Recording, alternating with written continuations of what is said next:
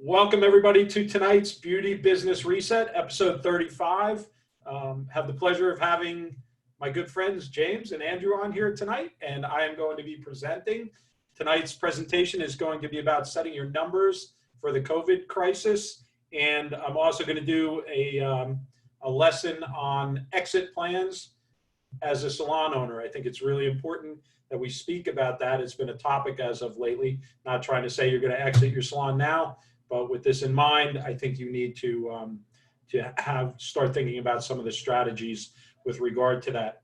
So now I know there's been a lot of talk about how to price during this I hate that. I'm going to use it, Andrew. The C word, COVID, right? A lot of talk about it. We've had a lot of great educators going over, a lot of different topics, how to feel good, going back, things like that, a lot of motivation, a lot of technical stuff also. But what I'm going to do tonight is I'm really going to dive in to the numbers, and I've got a couple spreadsheets and some lessons for you that go along with that. With that, I'm going to share my screen now, and we'll kick this thing off.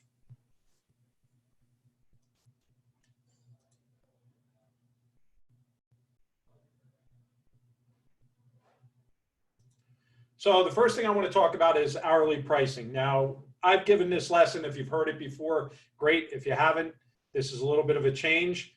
This is hourly pricing calculator with regard to today, the new normal, as everybody says, right? So throw out your old prices temporarily and start thinking about your new prices. And there's two ways that you're going to attack your prices right now. Well, first of all, you need to know your prices, number one.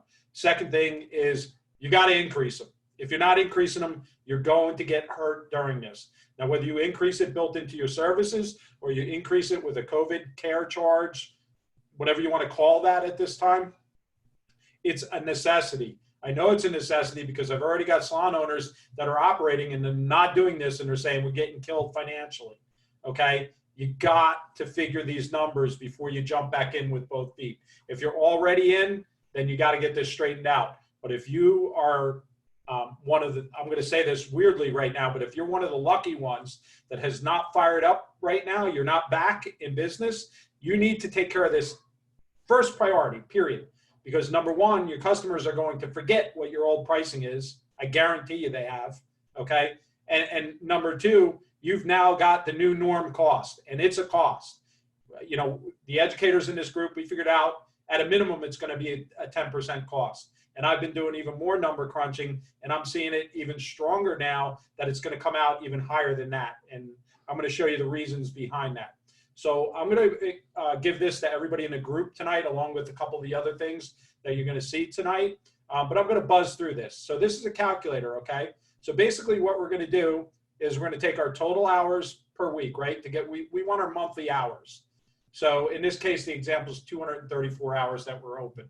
Now remember, your monthly hours right now are not what you used to be open. And I want to jump into this strongly right now. Here's a sample of a schedule that I've been working with a couple of my clients, okay? Half the staff working Monday, Wednesday, Friday, and then half a day on Saturday. The other half working Sunday, Tuesday, Thursday, and a half a day on Saturday, okay? That puts them at 36 hours a week for each side of the staff, right? So the employees will be working. A normal work week for stylists is about 35 hours. If you're not a part-timer. If you're full-time staff, they usually work about 35 hours a week. Some more, some less, but keeping in mind, this is kind of an ideal schedule for you. So you're gonna do 10-hour days, Monday, Wednesday, Friday, or Sunday, Tuesday, and Thursday for that other shift of employees. You're going to split your staff. And here's why you're splitting your staff. God forbid one of the staff members in one of the crews gets COVID. You're going to have to sit your staff out until your staff tests negative with the antibody test. So what that means is you don't have to make them all quarantine for 2 weeks. The employee that's sick obviously has to quarantine and get better, but your other employees are going to have to be tested, and you're going to have to get that shift back to work as soon as possible. So your other shift is going to be making up for the lack in work, right? Very important that you have a contingency plan right now with your staff. Do not throw all your staff on the same shift. If you get hit with the coronavirus, you're going to be out of business unless you got an ungodly amount of money sitting aside, right? So think about this smartly while we're doing this, okay? The other thing you have to keep in mind is because of the new timing, you're going to be adding roughly 15 minutes to every service. That 15 minutes equates to 2 extra hours a day to get in what you used to get in on an 8-hour day, okay? Guys, that's a loss of revenue, period. You're paying out more money. If you're commission, you might not be paying out more money, but if you're an hourly, you're going to be paying out more money. If you're commission, you're going to be paying it out in other ways, right? Through the, COVID supplies, things like that. But regardless, you have to keep all this stuff in mind. It's so damn important. I don't want you to get hurt with this. Contingency plans, always have a backup. Murphy's Law. Murphy's Law will always smack you in the face when you least expect it, okay? If you think you know it all, you don't. You're getting hit. I promise you, you're going to get hit. So just be prepared. Take every precaution you can. And I'm not saying go overboard with the protective equipment or get crazy, but make sure you have contingency plans for your staff. Super duper important. That's where the group admins and the other coaches in this group were smart enough to realize that this is going to cost you money. And if you're one of those people saying, oh, it's business, I'm going to absorb it, you're going to absorb yourself right out of business. That I promise you. Okay. Now, I agree with Nikki and Iva have been teaching, to kind of covertly raise your prices. And I agree with that. It's great strategy right now, because chances are if you have been closed for a couple months, your clients forgot what you were charging. So now's the time to check your prices, figure out your hourly cost, and get that increase built in, okay? So these formulas are going to help you with that. What these formulas are going to do is you're going to take your hours, okay? Then you're going to take your fixed cost, and then you're going to take your monthly payroll. I want you to take 3 months of payroll prior to COVID and break it out, okay, for what the average is for that. And that's going to give you an hourly amount. Now, that hourly amount is how much it costs your salon right now to operate on an hourly basis pre-COVID, okay? Now with COVID, we're going to do a couple new things with it. We're going to take the cost per hour. We're going to divide it by our service providers, okay? And in my calculator, we give, okay, it's not by your chairs, it's by your service providers. We also give you an extra 30% built into this, because if you have 8 providers, there's no way all 8 providers are 100% booked. If they are, God bless you. But we build in a cushion for that of 30%, because most salons are 60 to 70% average booked, okay? If you take the low ones and the high ones. So we built that into our calculator for you, okay? Now, once you have all of that, okay, your price per hour is going to be divided, and you're going to come up with an hourly price per service provider, right? That's your base price of what it costs you to have that employee there per hour, okay? With that in mind, you're going to take that, and you can either add 50% profit built in. Some people like to double it, right? 100% profit built in for any contingencies. That's going to bring your hourly cost up in this example from $12.29 to $24.58 for that operator. Now, this is just rough numbers, okay? This is not your salon. You have to plug your numbers in here to get your salon's figures, okay? Very, very important that you do that. So now that we have the, you see the wording right here? We have the hourly cost of business plus profit. We need to calculate our services, okay? You're going to go through each one of your services, and you're going to figure out how long those services take.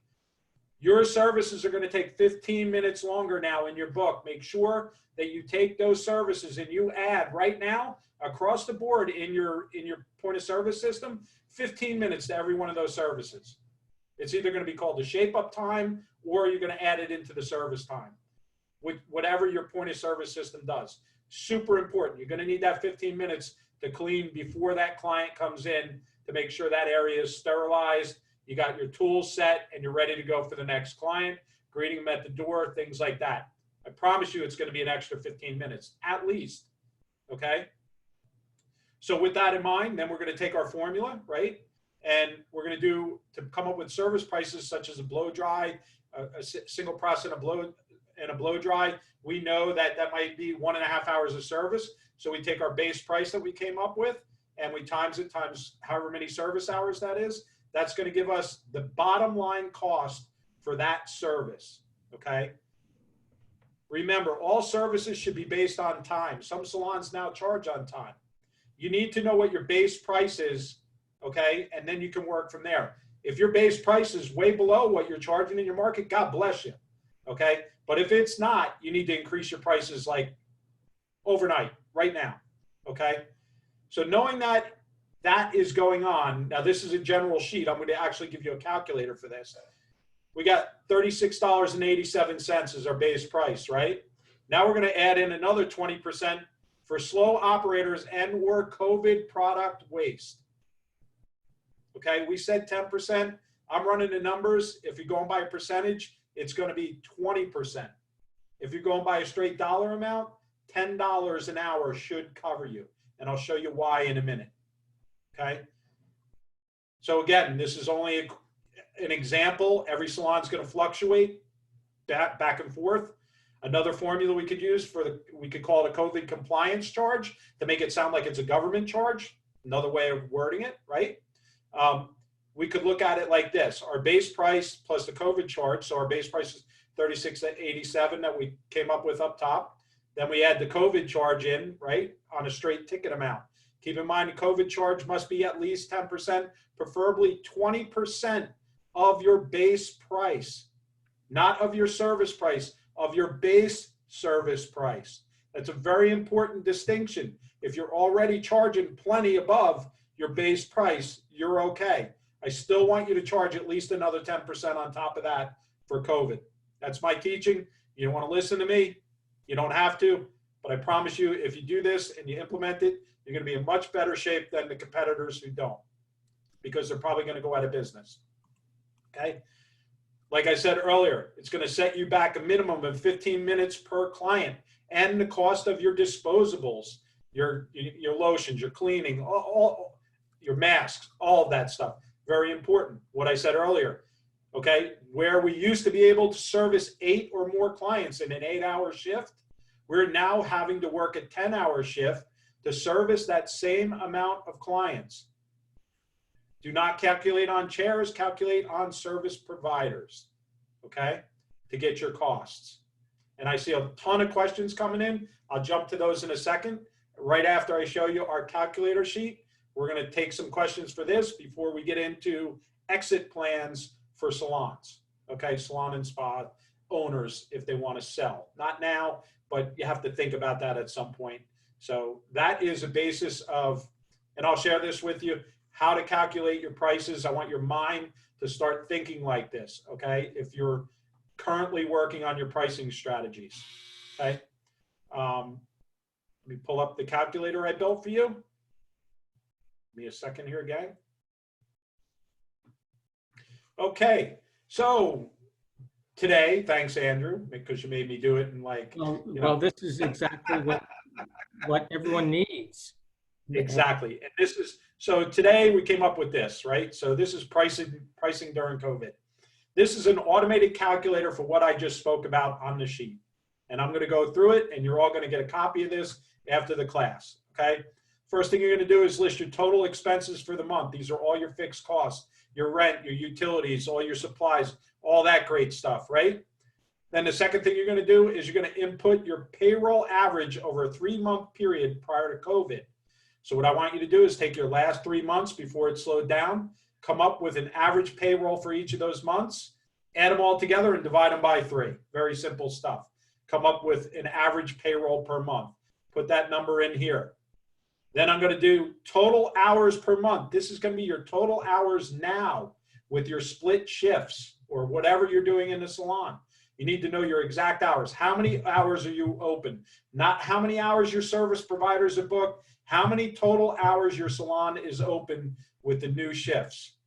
Okay, hope that makes sense for everybody, and I'll take questions in a minute. That's going to automatically calculate your hourly cost of operations right here. You don't have to plug a number in here. Once you have these in, it will calculate this one automatically for you. That's going to be your total cost to run the salon per hour based on your new schedules. Okay. Then, oops, typo. I'll fix that in a minute. It's a number, not a number. So next one's going to be your number of service providers, and you're going to put your amount of service providers in there. How many employees do you have providing services? Not desk staff, nothing like that, just your service providers. Next one's going to be your hourly cost per service provider minus 30% of productivity. The system's going to calculate this number for you automatically. The reason we have minus 30% of productivity is chances are, if you average all the salon service providers in your salon, they're not all going to be 100% booked all the time. It's probably going to come out to 60 to 70%. So this is going to give you a good number as a target. That's going to be your new cost per hour per service provider. With that in mind, remember in the earlier lesson, we talked about developing your pricing. Your pricing is developed on knowing what your hourly cost of operation plus profit is, right? So then we're going to move on, okay? Now that we know our actual cost, we're going to add in our profit, okay? In this case, we have 50% profit. If you're familiar with spreadsheets, okay, you can come in here and change this formula. This sheet will be, you'll be able to edit.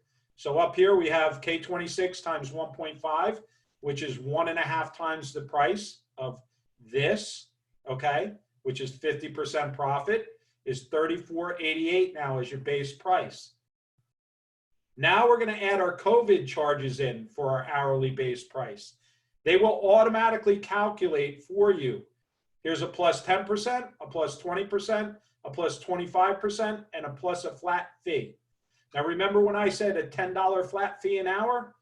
Well, voila, look where it ends up being, $44. It's a little bit more than the 20% and the 25%.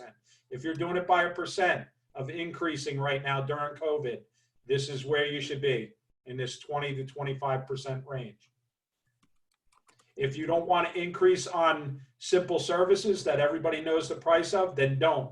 But on your color services and everything else, you're going to be paying premiums, not only on COVID things, you're going to be paying premiums on getting your color and things like that right now. There will be shortages, I promise you. It's already happening, okay? Make sure you are building this stuff in. So again, we just took that whole formula, right? Now we know our formula might be $41 an hour as our base price. Now that's not the price of your service. That's the minimum you have to charge per hour to keep your salon open and make a profit. This calculator will be included for you to the whole group, actually. To those listening tonight, I'll post it right after this. Super important stuff here. I mean, to go back, and I'll answer questions in a second before I go on to the second half of the lesson, but building in a COVID charge right now, the C word that we hate using, is a necessity. Okay, Andrew James, you can you can open up now and ask. I see there's a ton of comments. You can hit me with them and talk to me as we're going here, Andrew James. Yeah, so I'm going to go backwards because I know Cindy had been asking. She had asked a question. Andrew asked her another way, and she basically saying her staff is going to say about raising prices, but X salon isn't raising their prices, and they're afraid guests will move salons because of money, because of the increase. So I know how you would answer. I know how I would answer that. You answer it, Derek. So X salon is going to be out of business.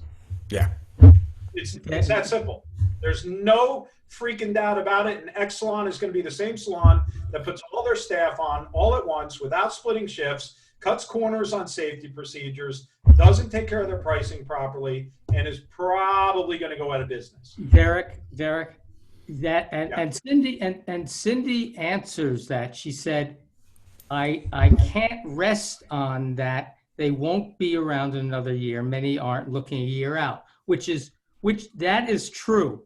What Derek is saying is true, and what you're saying is you're asking the question, how do I address them now, right?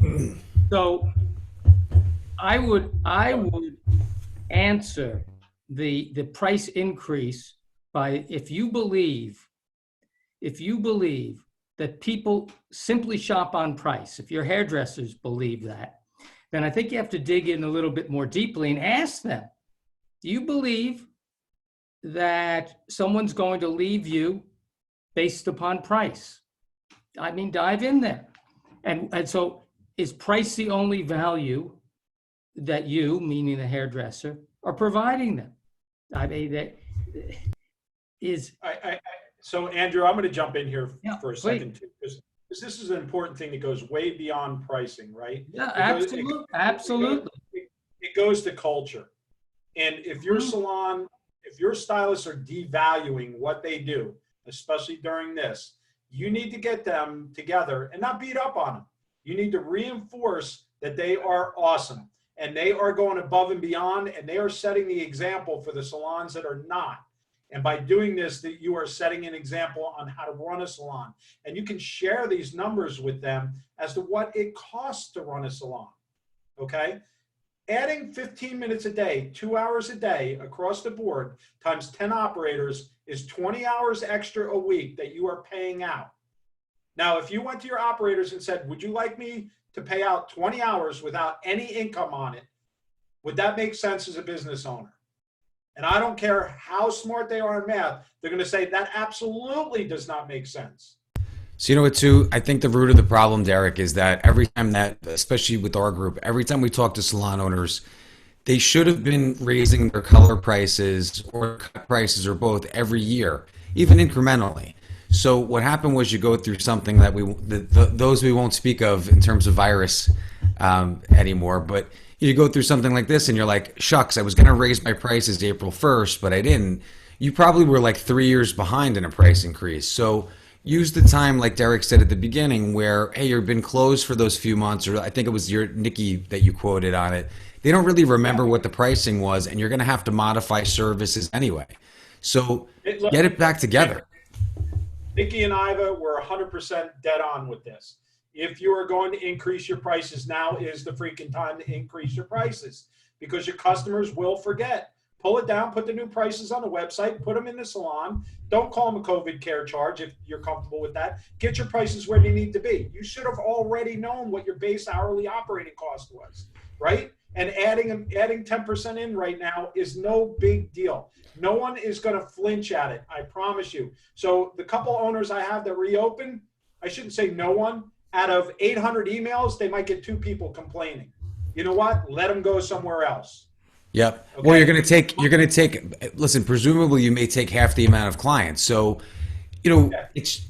listen, all the salon owners, especially in Mastermind, there's been a lot of information about, responses from clients and things. So for everyone that, clients sending you a bottle of wine and leaving on your front porch, there's a client that's pissed that the state has you closed if you're not able to open. So you know what? It's time to trim the fat. Like, hey, keep your really good clients that understand that you were closed for X amount of months and you had to support your staff and spend all the money on reordering product that you may have run out of or catching up. And those are the ones you keep and then build off of them. So when this is over, hopefully, fingers crossed, in 6 months or a year and however long we have to go through the split shifting and everything else, that you reset your foundation so that you're kicking ass. So instead of erase it all, right? Let COVID erase all the crap that you didn't do right all before. Yeah, what's the name of our lesson? It's called the Beauty Business Reset for a reason. Nikki just said that they were working on pricing today, that they're doing bundles and they're adding $25 on top of each bundle. Okay? There's those percentages. Those percentages are true numbers. And I know Nikki and Iva know numbers inside and out. A lot of us do in here. I promise you, looking back at what we said $10. $10 equated to roughly a 20% increase. That number actually panned out when I really crunched the numbers and did it by 10%, 20, 25%. This will automatically calculate it for you. Do what you feel comfortable with. If you recently had a price increase prior to COVID, I'm going to suggest that you do it outside of your pricing and have it as a COVID care charge. If you haven't had a price increase in a while, build it into your pricing and change your pricing now. Now is the time. This is a multi-dimensional, Derek, thank you for, putting this all together because we need this. We need to get our arms around it, our hands into it. It's a multi-dimensional issue and it involves leadership. It involves your vision. What Derek is saying is true, that salon down the street, but who are we going to be? And you have to sell them on your vision of the future. That's really important because the future is what excites people. and we need to get our team excited. We need to get, and this is why we're doing it. We're moving ahead. We are, and our clients will move with us. They will be with us. And once you do Andrew, this. how many people in this group, and I've posted it in the group before, is the poster I had for my break room stuff, that we set the example of who we are now based on who came before us, so that we can always do one better than who came before us. Mm-hmm. We're not going backwards. We're always setting the new bar. And if you have your team setting the new bar for others to follow, it will make them proud of themselves. It won't make them mundane. It will make it exciting to set the new bar that others have to try and keep up with or follow. Never be a follower, be a leader. Be the head of the wolf pack.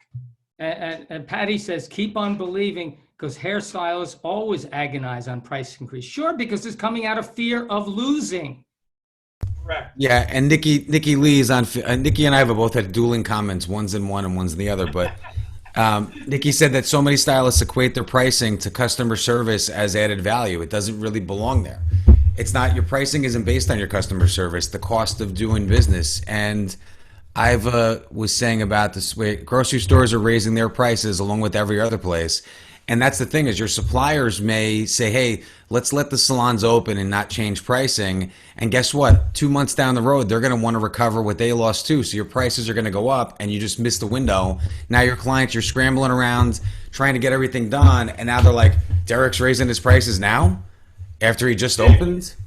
James, what's the difference between $100 or $50 haircut and a $100 haircut? That's what it boils down to. It's true. It's I wish Christine Zielinski was on here. I love her haircut price. I mean, take Beth Minardi, right? I mean, and I'm not Beth, her single process, right? If you tried, what sets her single process apart? Beth's fantastic colorist, probably the best I've seen, right? Okay, but there are other fantastic colorists out there. But what sets a $300 single process apart from a $65 single process? Nothing in terms of the technical ability. Nothing. It's the experience. It's the attitude. It's all those things put together.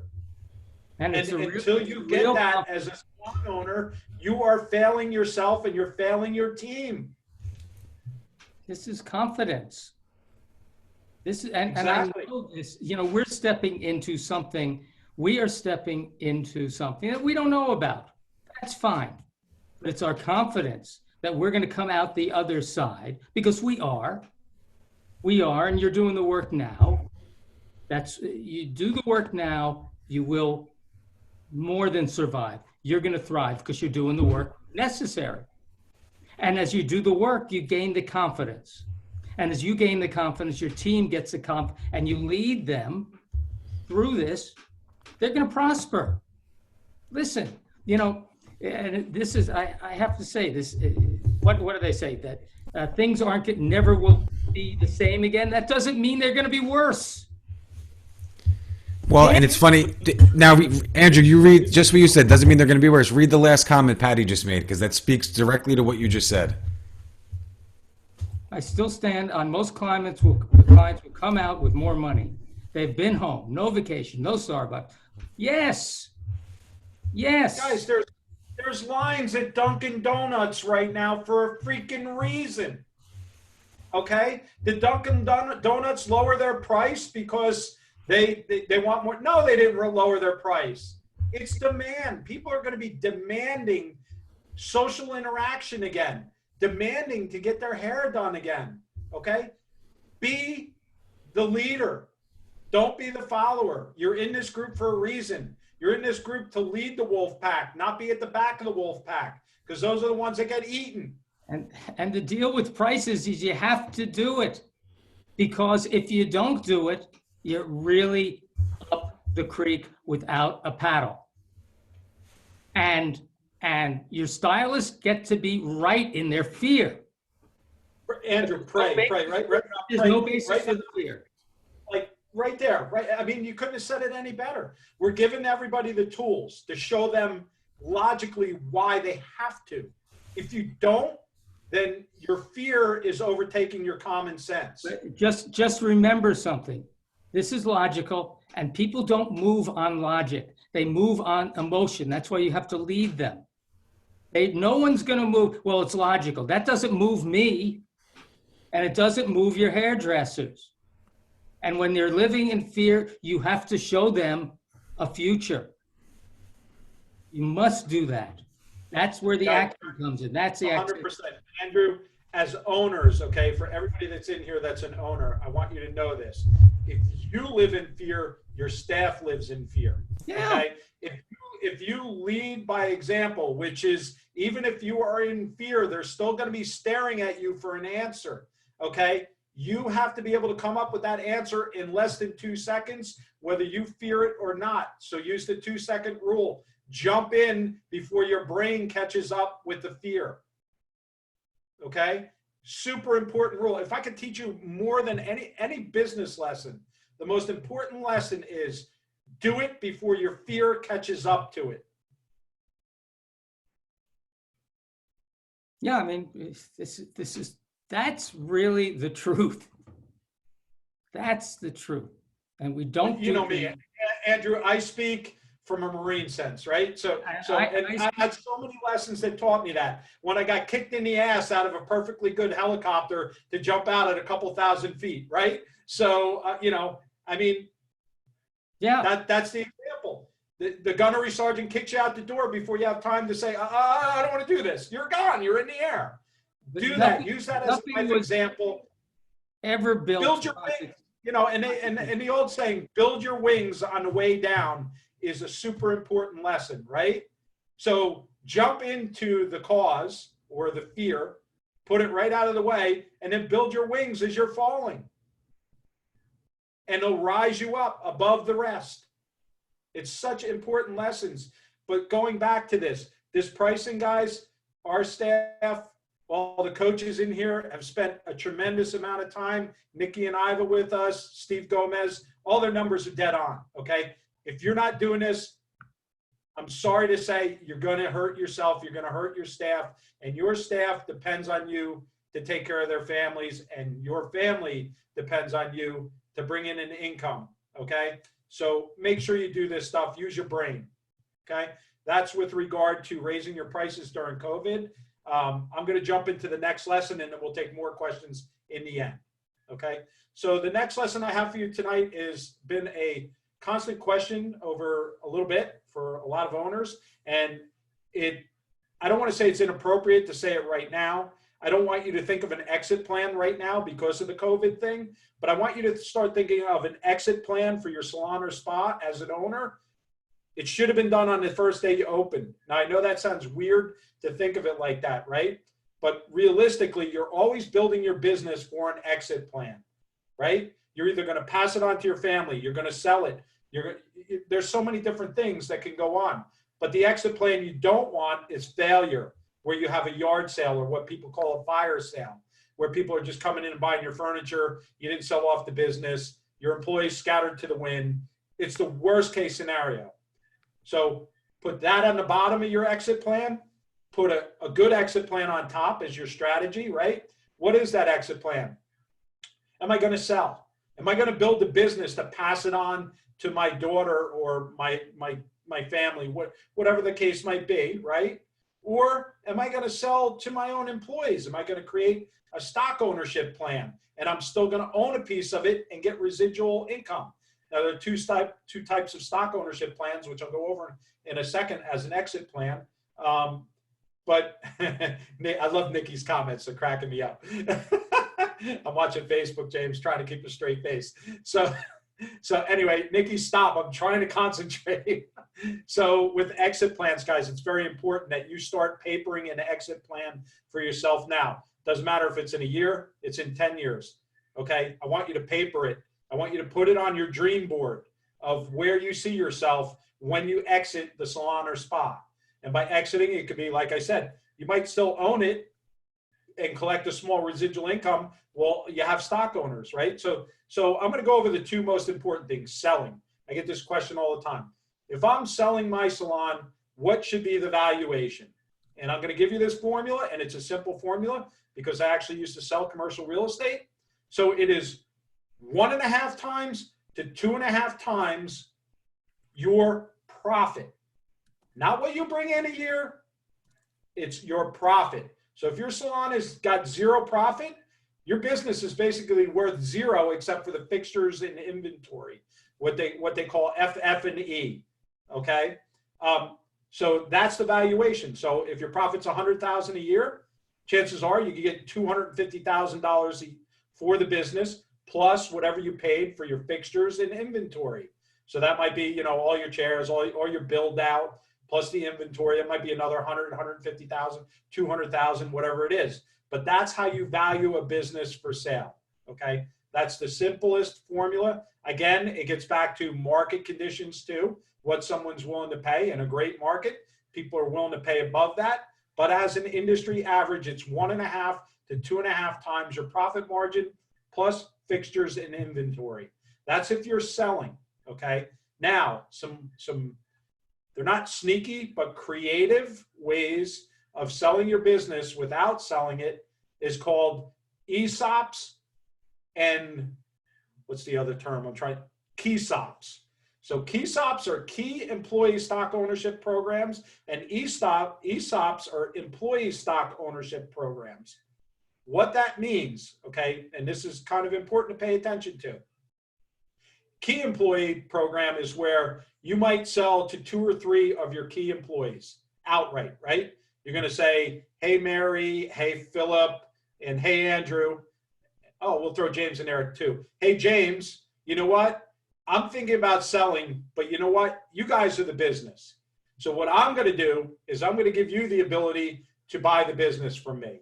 And you're going to break it up between all of them, but you're going to do it before you actually plan on selling.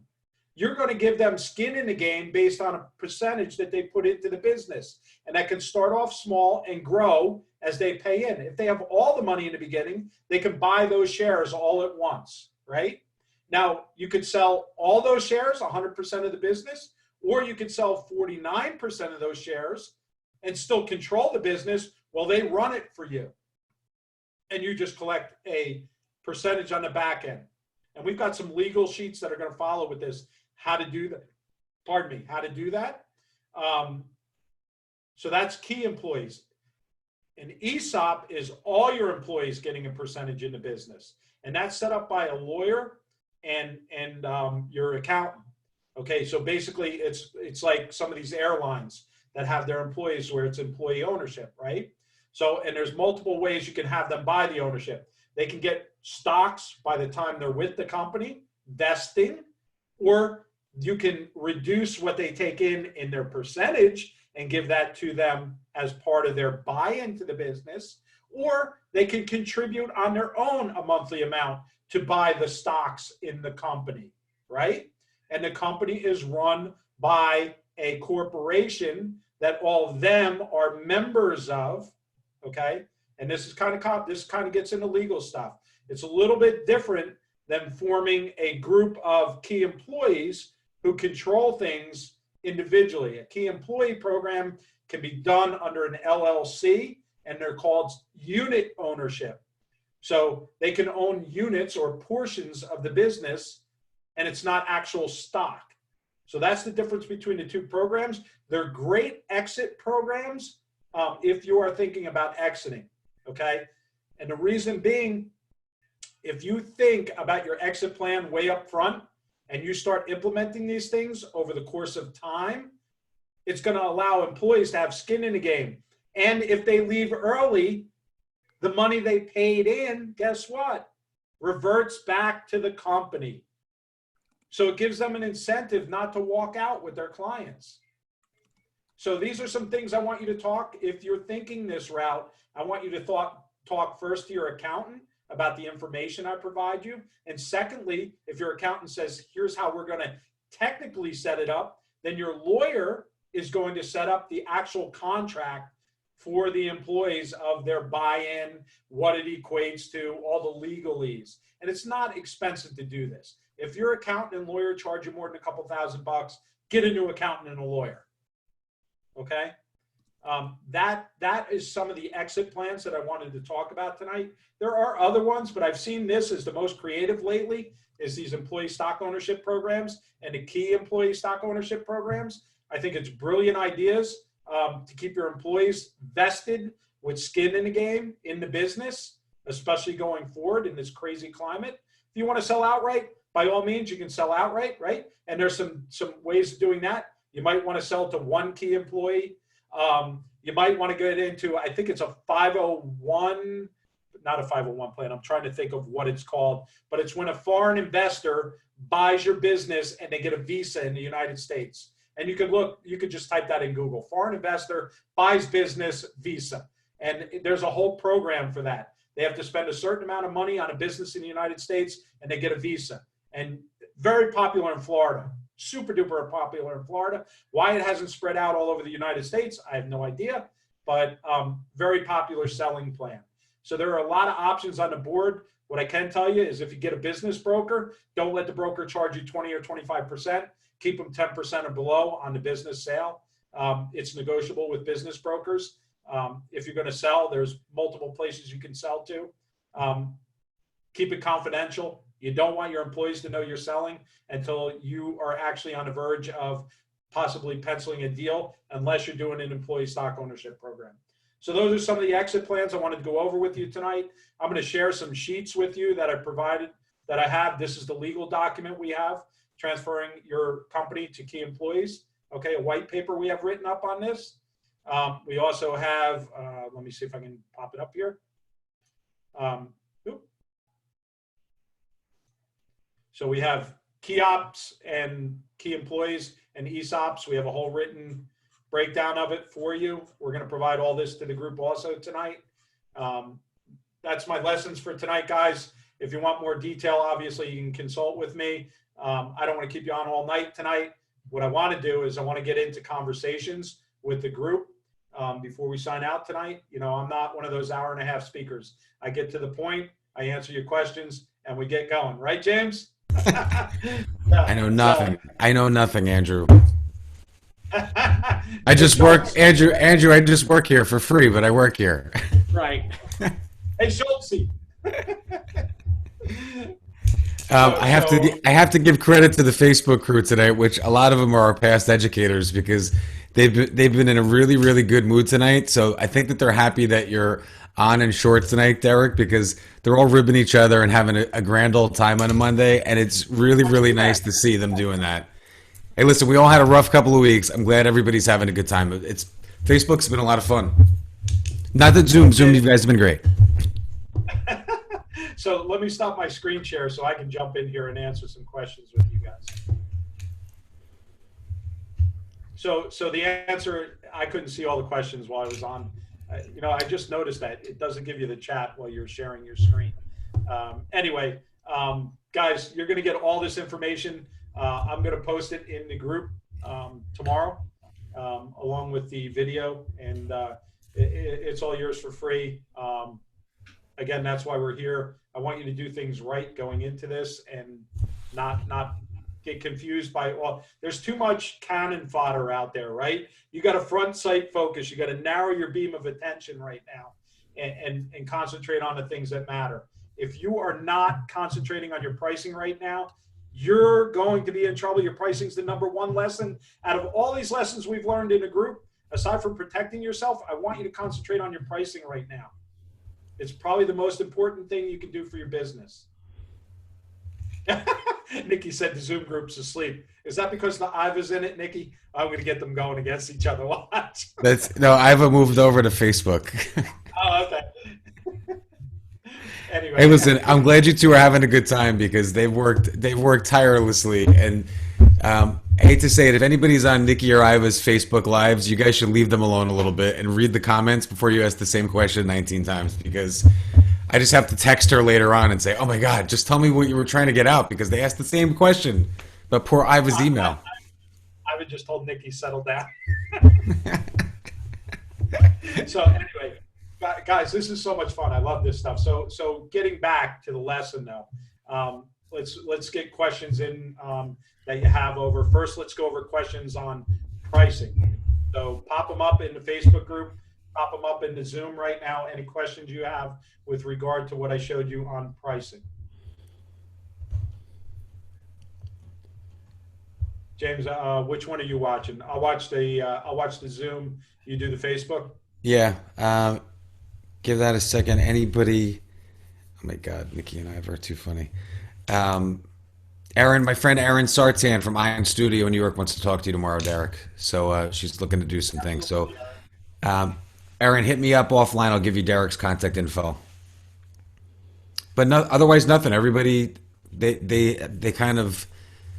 I feel like everybody was on the side of raising their prices today, which was so different than the other messages I've seen online. Yeah, no, so, right. So Patty just said breaking out COVID separate from the commission. Patty, so absolutely. When you're breaking these pricing down, whatever that care charge is built in, whether it's built into the service prices to 10%, or it's built into a flat fee of $10, it should be broken out in your point of service system that it is not commissionable. It's the same as if you were charging a back bar fee. Okay, break it out. They don't deserve commission. Not that they don't deserve. They don't get commission on this because it is an operational cost, not a cost for the service providers to make money on. Yeah, and to let you guys know too, if your software doesn't do it innately because it's a new thing, obviously, like so some software that works with green circles, say you can add those in. What you can do is you can add it as a retail item in inventory.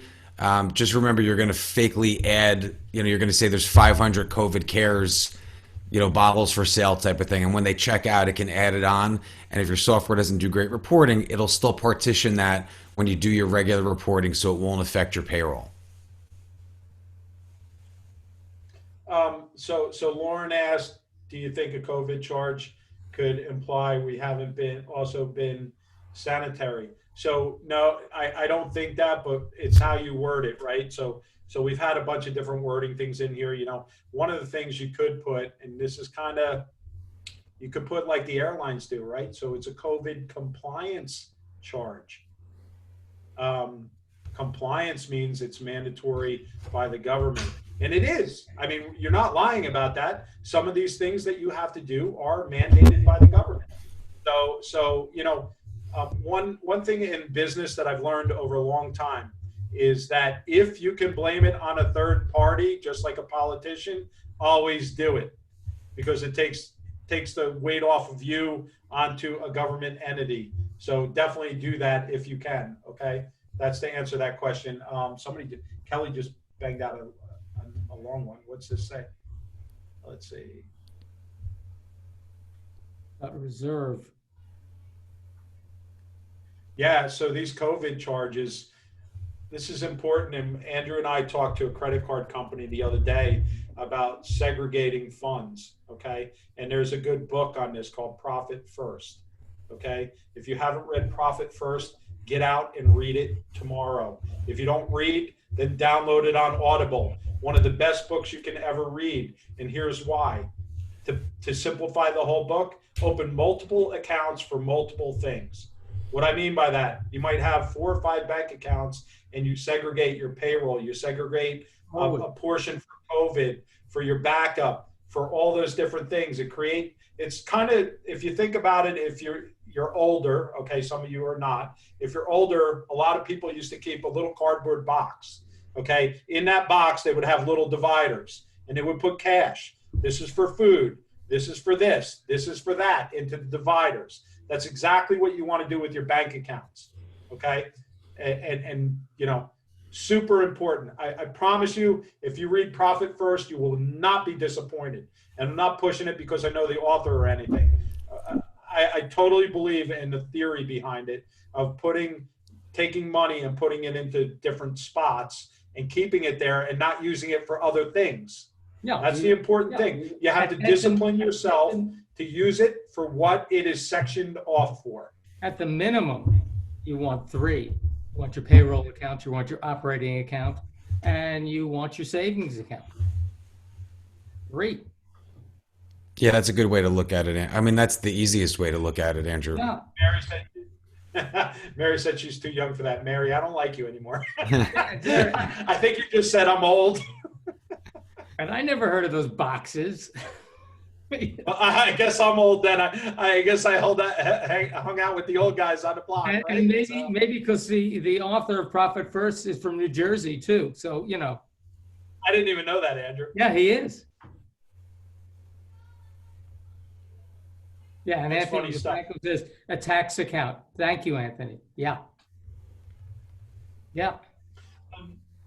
Diane, how do we explain that there's a COVID charge that they don't get commission on? Diane, here's how you explain it to them.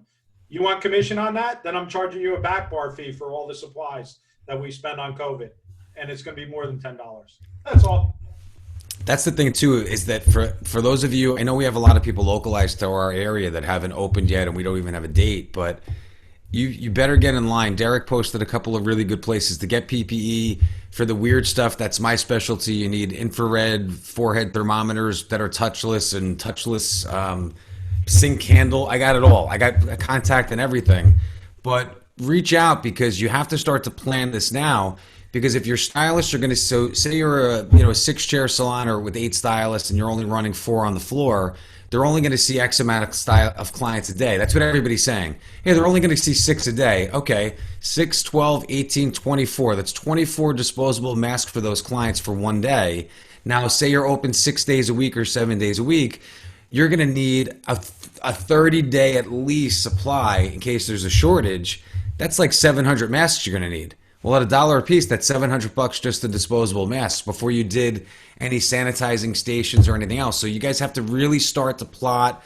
Look at Derek's report about what your hourly should be. Start to plan it out. Like ant and the grasshopper, like I always love to say, like be the ant at this point.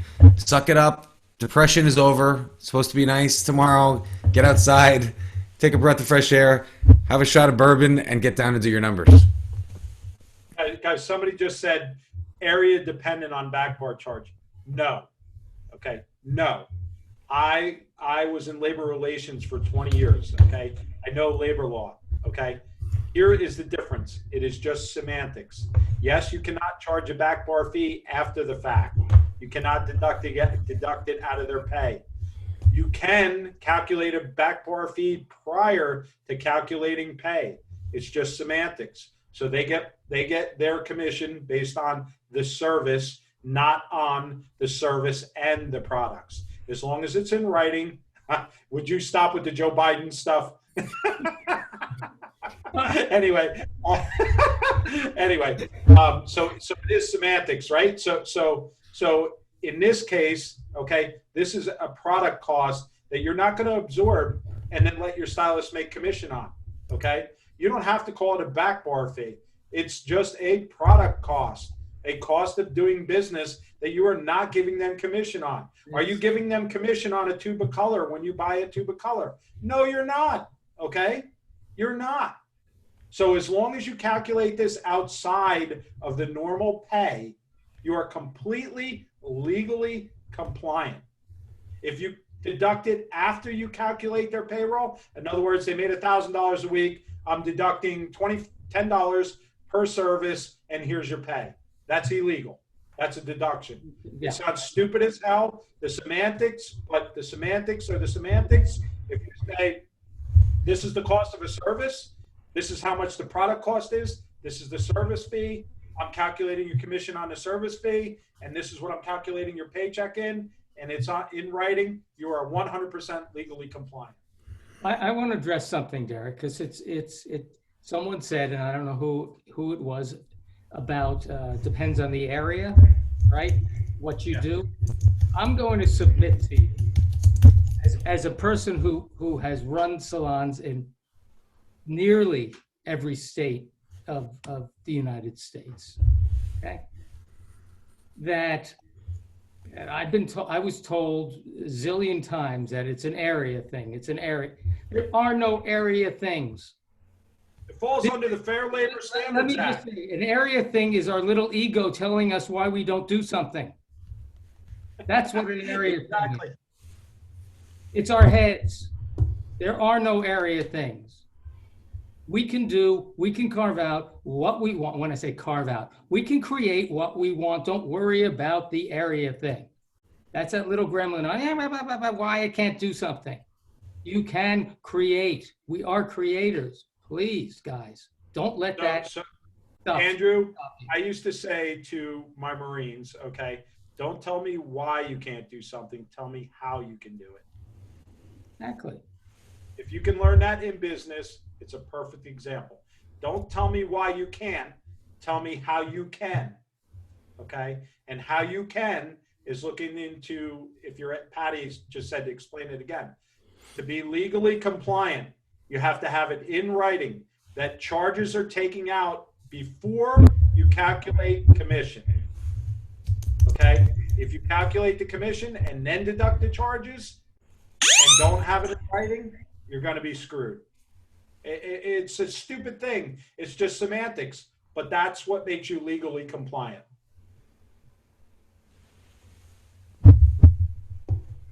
Okay. So does anybody have, so we went through the COVID stuff, the C word. Does anybody have questions regarding exit plans, ESOPs and KEOPs?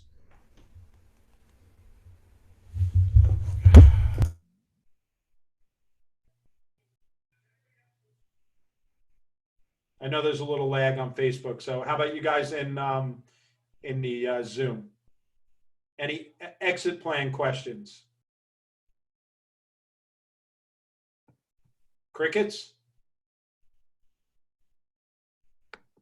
Give me a thumbs up. Actually, everybody type a number 1 in if you already know your exit plan and you planned on it.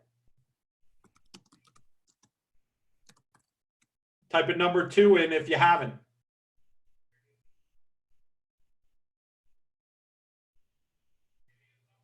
Okay, so I see a lot of number 2s. I want you guys to start thinking about this stuff. Whether you're doing it now, I know we're in, COVID mindset, right? The C word mindset, but we want to get out of that, right? So you need to know, start thinking. You don't have to have your whole plan out front, right? We do these vision boards, okay? Put a vision board together that make sure that one spot on that vision board is your exit plan. And you start thinking about that on a regular basis, okay? Super duper important. If you need to get in touch with me or one of the other coaches, Andrew James, Nikki, Iva, Steve Gomez, and any of the coaches that have been in here, they'll all talk to you about exit plans. Super important to think about that long term, okay? Super duper important. I'll give a shout out to Diana Pickett. She says 1.5. She's working on it as we speak. Love that. I love it. I love it. No, that's brilliant. That's brilliant. And you should be. Even if it's just jotting a sentence from tonight's meeting and saying, I need an exit plan, right? And then start doing A, B, and C under that. Vision boards are super duper important. I keep journals all the time. Journaling is super important. What I do is I keep all my crazy thoughts, and then once a month, I take all those crazy thoughts and condense them into actual, we'll call them to-dos. Actually, there's a new business there. You could send them to a shrink, and I think the shrink, Andrew, I think he'll do a review. Shrink. Exactly, right? Hey, Definitely. send me your journals. It was like when we used to get back from so in the Marines, when we come out of the field, right, from a mission, you have to see the shrink. And of course, we all gave the same answer, right? So it's pretty funny. And our after action with the shrink. But I think I would totally wreck a shrink's mind at this point. Maybe get a group session on Zoom. We could actually. Well, it's funny that Jay Williams, Jay's going to be back on at some point too. And Jay had sent me a message a couple weeks ago before he was on, and he said, "Do you think it would be interesting to have a psychologist on for a hairstylist going through this?" And I said, "I'd probably." I'm like, "Can I get a private session for free first?" Great, cool. So, a lot of great interaction tonight. I love the interaction in the group, both Facebook and the Zoom. This is the way our meetings should be. Lots of questions, lots of interaction. We're here to help each other. We're here to kick ass and take names, right? So if you're following these lessons, and you're really applying yourself, remember, and Andrew, I know you're going to jump in here right now. Intention without action, right? Right. Is worthless. Correct. Correct. Damn, Andrew, you disappointed me. I thought you'd go on one of your rants. What is that? No, I'm not going on a rant. No, it's true. It's true. No We're going rant. to use a Gary Vaynerchuk here right now, right? Get off your ass and get it fucking done. No excuses. What's your excuse? Your excuse is just you crawling up in a ball on the couch and crying and not getting it done. Entrepreneurs are made to succeed, right? So if you want to be an entrepreneur, you struggle now while others aren't struggling, so you can play when others are still struggling. It's always a struggle. It's always, but you know what? There's joy in the struggle. We got to find it. Embrace the suck. Embrace the suck. Someone said it the other night. Did you I know. I was like, holy shit. She just said a Marine saying. Right. It was, who was that? I forgot who said that. Was that Vanessa? It was Vanessa Rose? Vanessa Rose, embrace the suck. Right? I was ready for her to start praying and doing her Buddha prayers, and she says, "Embrace the suck." I'm like, "Where'd that come from?" Yeah, but that's look, guys, when you do the work, you do this work, you do it with joy, enjoy it. You're creating a future, really, really, and it becomes so much easier. You can do this stuff. Mary said the other thing. She said, "Fuck the fear." 100%. You know, there's so many sayings behind that, right? We used to say in the Marines, fear is just pain leaving the body. Now think about that a second. Fear is pain leaving the body. Super important saying, right? And the more, you know, the more you sweat in peace, the less you bleed in war. So, in other words, what that means is work your ass off now so you're not the consequence of what happened to you. You are the consequence of what you created. Correct. Cindy Quinn said something. Cindy said something important. Owners can't crawl up, and we all need to remind and credit our partners and families for supporting us. That's really super important, guys. Wait, Vanessa's on Facebook and she's just cracking me up. She said, "I have a potty mouth," and then she turns around and says, "Spread the light, spread the love." talk about the yin and the yang, right? Very funny stuff, Vanessa. Patty asked if Derek, is a spreadsheet going to be on the Facebook page? Yeah, absolutely. Yeah, I'm going to post the spreadsheet, all of tonight's lessons, the Esop, everything will be up with the video when I post it. And Nancy, since you're cleaning the basement at work, I'm wondering if you can come over and, because I need a little work here in my house. Anyway, no.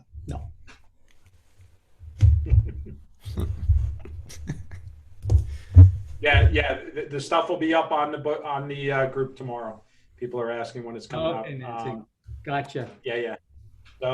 So James, what else we have coming in here? I see you typing away over there, buddy. Yeah, lots of love and everybody really good thank you comments that you got them thinking about it, which it's a great day on a Monday to start thinking about your numbers. It gives you the whole week to work on them.